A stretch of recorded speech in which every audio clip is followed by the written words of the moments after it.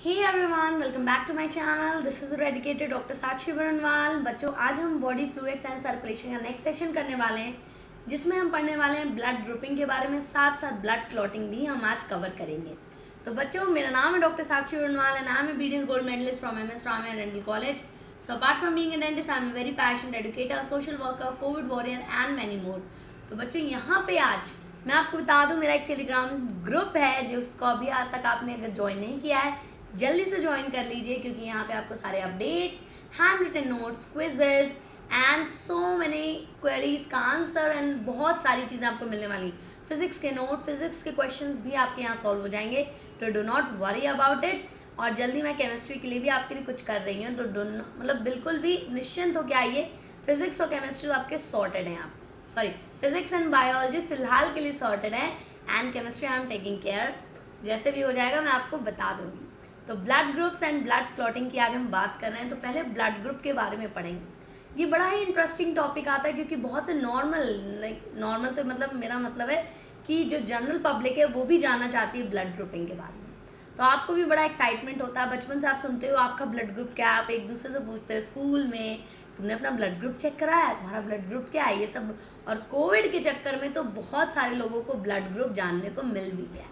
तो चलिए पढ़ते हैं कि ब्लड ग्रुप कैसे पता चलता है, क्या ऐसी चीज़ है जिससे आपका ब्लड ग्रुप डिटरमिन होता है। ठीक, तो बेसिकली दो तरह के ब्लड ग्रुप्स होते हैं, एक ABO टाइप और एक RH ग्रुपिंग। तो कई बार आपने सुना होगा कि लोग जब अपना ब्लड ग्रुप बताते हैं तो कहते हैं B पॉजिटिव है, जैसे कि मेरा है।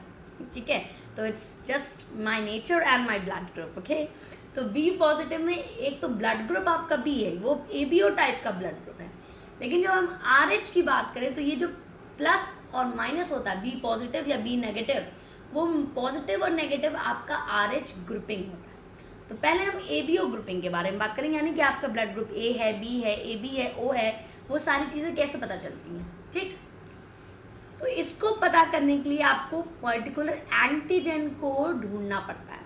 तो आपका जो RBCs होता है उनके ऊपर कुछ एंटीजन प्रेजेंट होते हैं, ठीक है, ग्लाइकोप्रोटीन इन नेचर होते हैं, जिनको हम ग्लूटिनोजन के नाम से जानते हैं। जो टाइप का आपका एंटीजन RBC के ऊपर प्रेजेंट रहेगा वो आपका ब्लड ग्रुप बन जाता है। और सबसे अच्छी बात यह है कि उसका जो एंटीबॉडी उसके ऑपोजिट होगा वो आपके प्लाज्मा में प्रेजेंट होता है। अब फिर से समझिएगा, फिर समझना बढ़िया से। ओके, एक तरह का एंटीजन आपके RBC के ऊपर प्रेजेंट है, वो आपका ब्लड ग्रुप होगा, यानी कि ग्लूटिनोजन जो आप डिटरमिन करोगे वो आपका ब्लड ग्रुप बताएगा। लेकिन उसके ऑपोजिट वाला जो एंटीबॉडी होगा, यानी अगर आपके RBC पे A टाइप की एंटीबॉडी प्रेजेंट है, एंटीजन प्रेजेंट है, अगर आपके RBC पे A टाइप का एंटीजन प्रेजेंट है, यानी B एब्सेंट है ना, तो यानी B टाइप का एंटीबॉडी आपके प्लाज्मा में प्रेजेंट होगा। तो आपका एंटीजन ऑन दी RBC और antibody in blood is totally vice versa. जो वहाँ प्रेजेंट होगा वो यहाँ एब्सेंट होगा, जो यहाँ प्रेजेंट होगा वहाँ एब्सेंट होगा। तो ऐसे आपको रखना है। तो जो एंटीजन है RBC में उसको ग्लूटिनोजन कहते हैं, और जो आपके ब्लड प्लाज्मा में एंटीबॉडी होगी उसको ग्लूटिनिन के नाम से जानते हैं। ठीक, blood grouping antigen and antibody are special type of glycoprotein. ये ग्लाइकोप्रोटीन होते हैं। 4 तरह के ब्लड ग्रुप होते हैं, AB और O। तो ये क्या है, ये डिफरेंट तरह के ब्लड ग्रुप्स हैं। इनको डिस्कवर किसने किया था? इनको डिस्कवर किया था एक बहुत ही फेमस साइंटिस्ट, इनका नाम कई बार आया है, कार्ल लैंडस्टीनर। क्या नाम है इनका? कार्ल लैंडस्टीनर ने डिस्कवर किया था ब्लड ग्रुपिंग का। इनको इसलिए फादर ऑफ ब्लड ग्रुपिंग भी बताया जाता है। ठीक, अभी देखते हैं। चलो, तो अगर हम बात करें मान लो किसी का ब्लड ग्रुप A निकला, भैया आपका जो ब्लड ग्रुप है वो A निकला है। अभी पॉजिटिव नेगेटिव छोड़ दो, A निकल गया भैया। चलो, A है तो क्या मिलेगा, तो RBC के ऊपर उसका एंटीजन होगा, राइट। तो RBC के ऊपर A टाइप का एंटीजन मिला, इतना सारा गोलू मटोलू सा। ठीक, लेकिन उसके एंटीबॉडी अगर प्लाज्मा में चेक करेंगे तो उल्टे होंगे, राइट। जो कि आपके RBC पे प्रेजेंट होगा वो आपके प्लाज्मा में एब्सेंट होगा उसका एंटीबॉडी। यानी A अगर प्रेजेंट है आपके RBC पे तो B प्रेजेंट होगा आपके प्लाज्मा में उसका एंटीबॉडी। यानी एंटी बी आपकी एंटीबॉडी प्रेजेंट है प्लाज्मा में। अब समझिएगा क्यों प्रेजेंट है। इसीलिए ए ब्लड ग्रुप वाले को आप कभी बी का ब्लड नहीं चढ़ा सकते। क्यों? क्योंकि इसके लिए एंटीबॉडी एक्टिवेटेड है आपकी बॉडी के अंदर भैया। आपके प्लाज्मा ने इसके खिलाफ एंटीबॉडी बना रखी है। अगर आप ये ब्लड ग्रुप डालेंगे बी तो उस पर अटैक कर देगी हमारी एंटीबॉडी, राइट। तो जो ब्लड ग्रुप है उसी ब्लड ग्रुप का ब्लड आपको चढ़ सकता है, दूसरी तरह का नहीं चढ़ा सकते। No no no no, okay. अगर आप ब्लड ग्रुप बी की बात करें, यानी कि बी तरह का एंटीजन आपके आरबीसी पे प्रेजेंट होगा, यानी कि एंटी ए एंटीबॉडी आपके प्लाज्मा में होगी, राइट। ठीक है, ऐसे हो गया बी ब्लड। अब हम बात करेंगे ए बी, यानी कि जिसमें भैया दोनों होगा, तो ए भी प्रेजेंट होगा और बी भी प्रेजेंट होगा, दोनों तरह के एंटीजन प्रेजेंट होंगे। यानी कि इनके एंटीबॉडी में कोई भी एंटीबॉडी इनके प्लाज्मा में नहीं होगी, नाइदर ए नॉर बी, क्योंकि दोनों तरह के एंटीजन आपके अंदर हैं। अब आप ये सोच रहे होंगे क्या इनको ए टाइप का ब्लड ग्रुप या बी टाइप का भी दे सकते हैं? हाँ, इमरजेंसी सिचुएशन में when you can't do anything you can donate. It's not a मतलब एक क्या कहते हैं, ऑप्शन रख सकते हैं वो, ठीक है, जब nothing is available. Last but not the least O का मतलब होता है जीरो। ये जैसा ओ है ना वैसे अंडा है, अंडा याद रखेंगे, सब याद होगा। यानी इनके आरबीसी पे कोनो एंटीबॉडी एंटीजन नहीं प्रेजेंट होगा, जीरो एंटीजन होगा। अगर एंटीजन है ही नहीं तो दोनों तरह के एंटीबॉडी इनके ब्लड प्लाज्मा में प्रेजेंट होंगे। यानी इन्हें सिर्फ ओ टाइप का ही आप ब्लड दे सकते हो, क्योंकि अगर आप ए या बी कोई भी दिए तो एंटीबॉडीज आक्रमण कर देंगे। तो ओ वाले इसीलिए बहुत टिपिकल ब्लड ग्रुपिंग होती है, क्योंकि इनको कोई और ग्रुप दे ही नहीं सकता ब्लड, राइट। अब समझ में आया? अब समझ में आया काहे गड़बड़ था दया, काहे गड़बड़ होता था कि दूसरे ब्लड ग्रुप का आप ब्लड नहीं दे सकते हैं, ठीक है। चल, तो इससे पता चलता है हमारा जो ओ है, ओ के ऊपर अगर कोई भी एंटीजन नहीं प्रेजेंट है, कोई भी एंटीजन नहीं प्रेजेंट है, तो ये यूनिवर्सल डोनर हो सकता है। कैसे? क्योंकि इसका ब्लड किसी के खिलाफ भी अगर इसको डालेंगे तो इसके खिलाफ कोई भी एंटीबॉडी नहीं बनी है किसी भी तरह के ब्लड ग्रुप में। लेकिन अगर ए बी की बात करें तो ये यूनिवर्सल रेसिपिएंट है। क्यों ये यूनिवर्सल रेसिपिएंट क्यों है? क्योंकि इनके ब्लड प्लाज्मा में कोई भी तरह की एंटीबॉडीज प्रेजेंट ही नहीं है, तो कैसा भी ब्लड डालो ये खुशी खुशी ले लेते हैं। तो इस तरह ये यूनिवर्सल रेसिपिएंट होंगे और यूनिवर्सल डोनर होंगे। RH ब्लड ग्रुपिंग की अब बात करें, वो था हमारा क्या, ABO ब्लड ग्रुपिंग। अब बात करेंगे RH ब्लड ग्रुपिंग, जिसमें हम RH पॉजिटिव हो सकते हैं या तो RH नेगेटिव हो सकते हैं। पॉजिटिव कब होंगे? जब RH फैक्टर प्रेजेंट होगा। नेगेटिव कब होंगे? जब RH फैक्टर निकाल दिया जाएगा, नहीं प्रेजेंट ही नहीं होगा बुद्धू, ठीक है। तो जब प्रेजेंट होगा तो RH पॉजिटिव, एब्सेंट होंगे तो RH नेगेटिव। अब इनका नाम RH क्यों रखा गया? क्योंकि इनको जब पहली बार डिस्कवर किया गया था तो किसमें किया गया था? रीसस मंकी में, यस, एक बंदर के अंदर इनको डिस्कवर किया गया था। और फिर वही चीज़ हमारे अंदर भी पाई गई, तो उस मंकी का नाम वो जो प्रजाति का बंदर था वो रीसस मंकी था, इसलिए उसके RH को उठा लिया गया और उसको RH फैक्टर के नाम से नाम दे दिया गया। तो RH एंटीजन अगर प्रेजेंट है तो होगा आपका RH पॉजिटिव, क्योंकि रीसस मंकी में डिस्कवर किया गया था, ठीक। और अगर एब्सेंट है तो RH नेगेटिव होगा। तो यहाँ पे RH एंटीजन का रोल होता है। Individuals with RH antigen are called RH positive and absent are called RH negative. RH group is mandatory to be matched before transfusion of blood.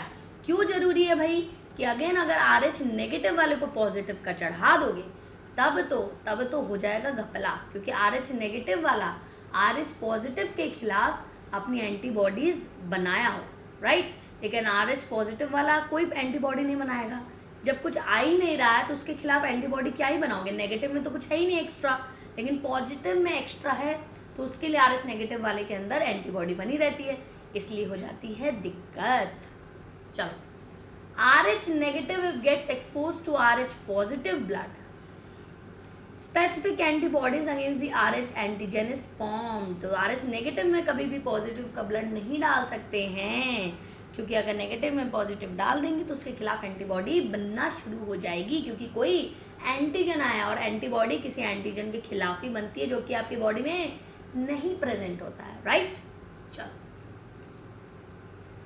यहाँ पे आप देख सकते हैं, ये देखो बहुत कॉम्प्लिकेटेड हो जाएगा हम समझाना है, अभी इतना आपको अच्छा है। तो यहाँ पे हम बात करें RH इनकम्पैटिबिलिटी ड्यूरिंग प्रेगनेंसी, जिसको एरेथ्रोब्लास्टोसिस फेटालिस के नाम से भी बहुत फेमस क्वेश्चन आते हैं। बहुत ही सिंपल सा लॉजिक है, ज़्यादा घुमा फिरा के सोचना नहीं है। आपको पता RH नेगेटिव वाले में पॉजिटिव नहीं डाल सकते हैं, ठीक। लेकिन जब RH फैक्टर जो होते हैं आपके मदर और फादर दोनों से आएगा, तब बेबी में जो होता है कंपोनेंट मदर और फादर दोनों से आते हैं, तब बेबी बनता है।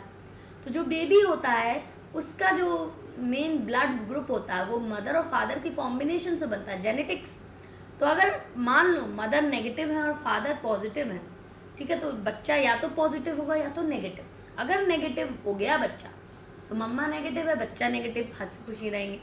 लेकिन सोचो अगर मम्मी नेगेटिव हो गई और बच्चा जो पेट में है वो पॉजिटिव हो गया, अब भाई पॉजिटिव तो मम्मी के अंदर था नहीं पहले, ठीक है, लेकिन अब बच्चा पॉजिटिव है, यानी उसका जो ब्लड है वो उसके लिए घातक हो सकता है। और आपको पता है कि मदर और बेबी का ब्लड का मिक्सिंग का चांसेस हो सकता है during the time of delivery, right. तब होता है ये इनकम्पैटिबिलिटी। अब चलिए पता करते हैं कैसे। RH negative blood of a pregnant mother and RH positive blood of a fetus, ठीक है, कब होता है? जब RH नेगेटिव वुमेन और RH पॉजिटिव मैन की शादी होती है, उनसे बेबी होता है, ठीक। इसे बहुत बार अब मॉडर्न एरा में देखा जाता है, कुंडली लोग नहीं मिला रहे, ब्लड ग्रुप्स मिलाते हैं ताकि बच्चा सही हो, ठीक है, बच्चे पे कोई खतरा ना आ पाए।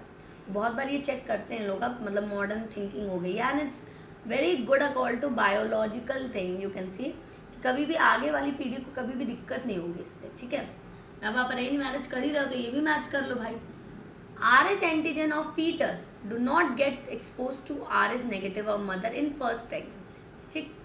पहली प्रेगनेंसी में RH एंटीजन फीटस का मदर से नहीं एक्सपोज हो पाता है, यानी कि जब तक प्रेगनेंसी चल रही है तब तक उन लोगों में ब्लड का ऐसा एक्सचेंज तो नहीं है। लेकिन जब पहली डिलीवरी हो रही है तब क्या होता है? प्लेसेंटा फटता है, ठीक है, तब प्लेसेंटा फटता है और बेबी का ब्लड उस समय मदर के कांटेक्ट, मदर और बेबी का ब्लड मिक्स होने का चांसेस पूरा रहता है जब डिलीवरी हो रहा है, ठीक है। Blood of mother and fetus are separated by placenta.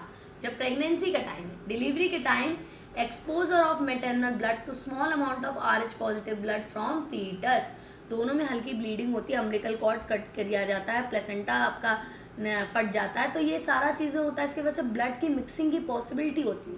और अगर ब्लड मिक्स कर गया, ठीक है, थोड़ा सा भी, तो मदर के RH नेगेटिव में पॉजिटिव बेबी का पहुंच गया, डेफिनेटली बेबी का बर्थ हो जाएगा, कोई दिक्कत नहीं होगी। लेकिन मदर से अगर उस दौरान में आपका थोड़ा भी एक्सपोजर हो गया बेबी के ब्लड से, तो क्या होगा?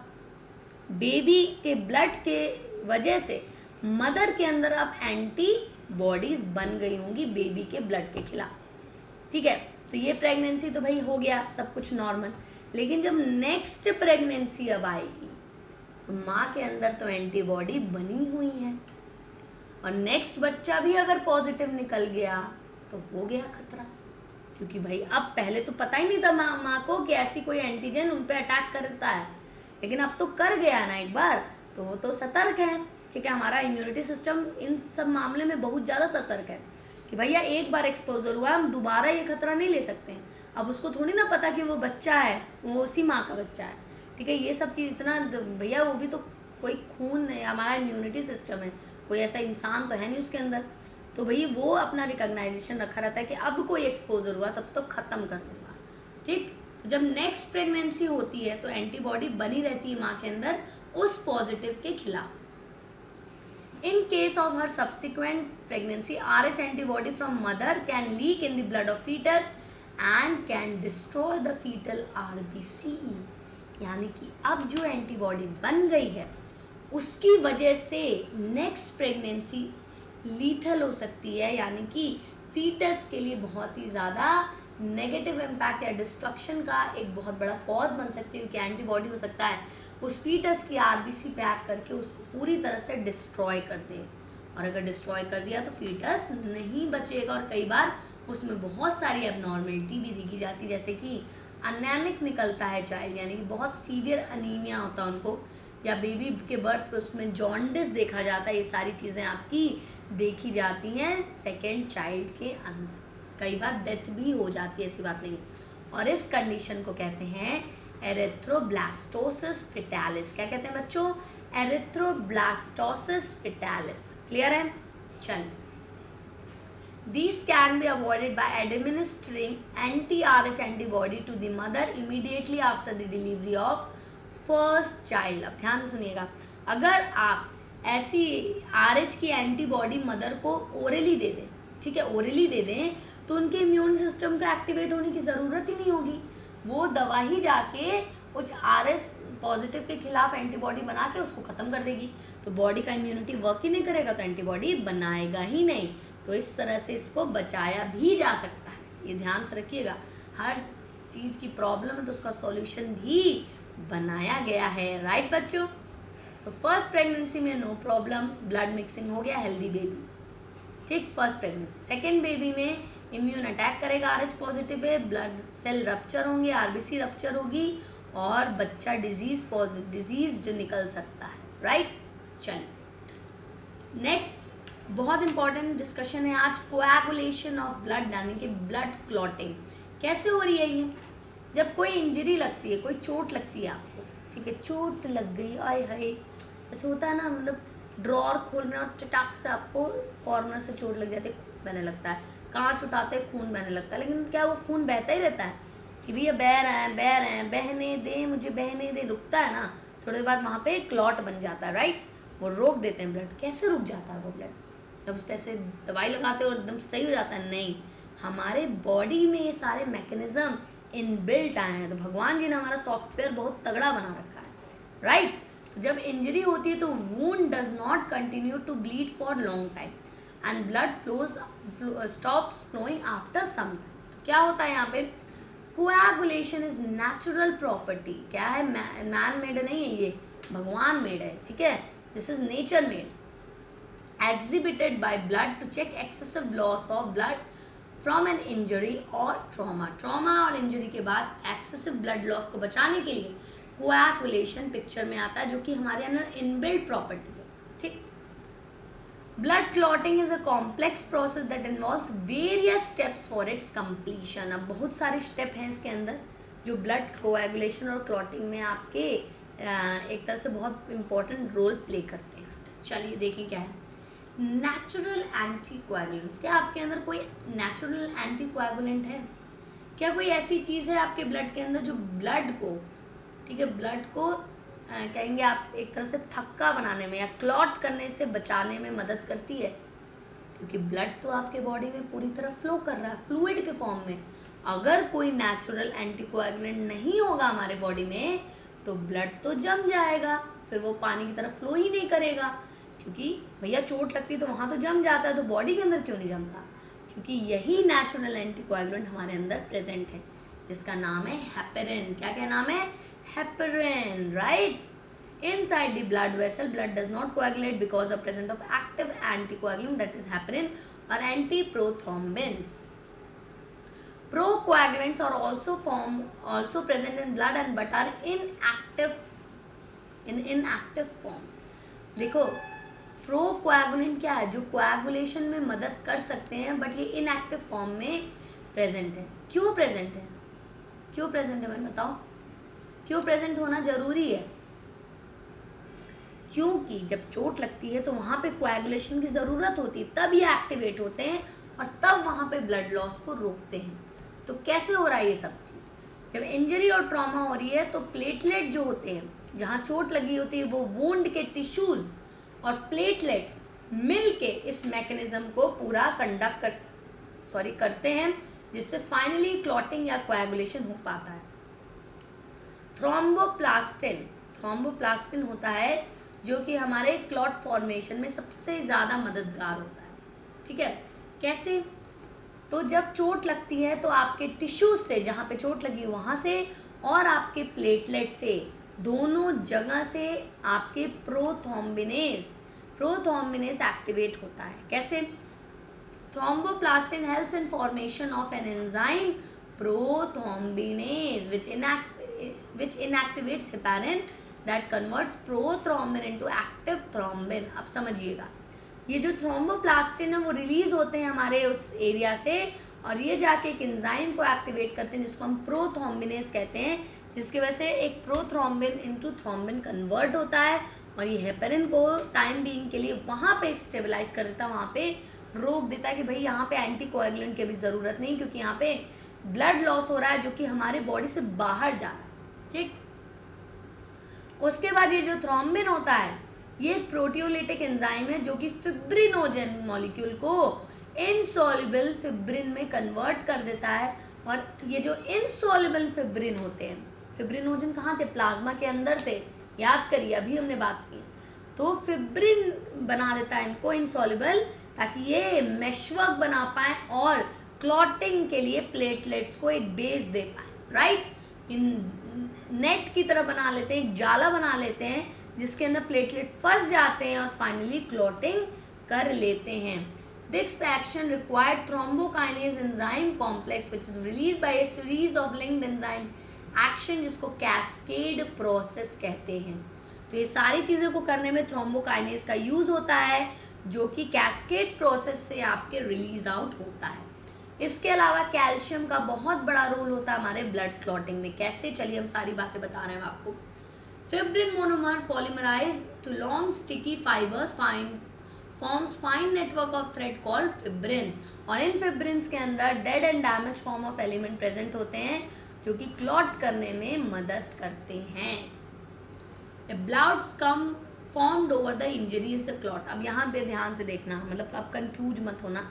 देखिए, इंजर्ड टिश्यू जो होगा और ब्लड प्लेटलेट दोनों जगह से थ्रोम्बोप्लास्टिन निकलेगा थोड़ा थोड़ा, ये जाएगा एक्ट करेगा प्रोथ्रोम्बिनेज पे, यानी कि ये एंजाइम का रिलीज करेगा, एक एंजाइम रिलीज करेगा और इससे ये प्रोथ्रोम्बिन को थ्रोम्बिन में चेंज कर देगा। अब ये प्रोथ्रोम्बिन से थ्रोम्बिन में क्यों बदल रहा है? क्योंकि थ्रोम्बिन हम बड़ा इंपॉर्टेंट है आगे ले जाने के लिए। थ्रोम्बिन क्या करता है? फिब्रिनोजन पे एक्ट करता है और उसको फिब्रिन बनाता है जो कि इनसॉल्युबल होते हैं। ठीक है, इनसॉल्युबल होते हैं और ये फिब्रिन एक साथ मिलजुल के डेड चीज़ों को ट्रैप करके, आरबीसीज को ट्रैप करके, प्लेटलेट को ट्रैप करके फाइनली क्लॉट बनाने में मदद करते हैं। As simple as that. ठीक है, ये सारी इंपॉर्टेंट चीज़ें होती हैं when the clot formation is happening, right. तो क्या हुआ? पहला चीज़ होगा आपका थ्रोम्बोप्लास्टिन का रिलीज, फिर उसके बाद प्रोथ्रोम्बिनेज, उसके बाद प्रोथ्रोम्बिन को थ्रोम्बिन में, थ्रोम्बिन से फिर फिब्रिनोजन से फिब्रिन में, और फाइनली पोलीमराइजेशन होगा, वेब और मेशवर्क बनेगा और फाइनली क्लॉटिंग का पूरा मैकेनिज्म हो जाएगा। ब्लड का फंक्शन क्या है? Helps in transportation of respiratory gases, oxygen, carbon dioxide, very important. Helps in healing of wound by clotting, yes, very good, this is also happening. Maintains body pH, water and ionic balance, very good. Osmoregulation में बहुत मदद करता है हमारा blood, pH को maintain करता है हमारा प्लाज्मा के हेल्प के through. Fights against infection by forming body immunity, WBC इसमें मेजर रोल प्ले करते हैं।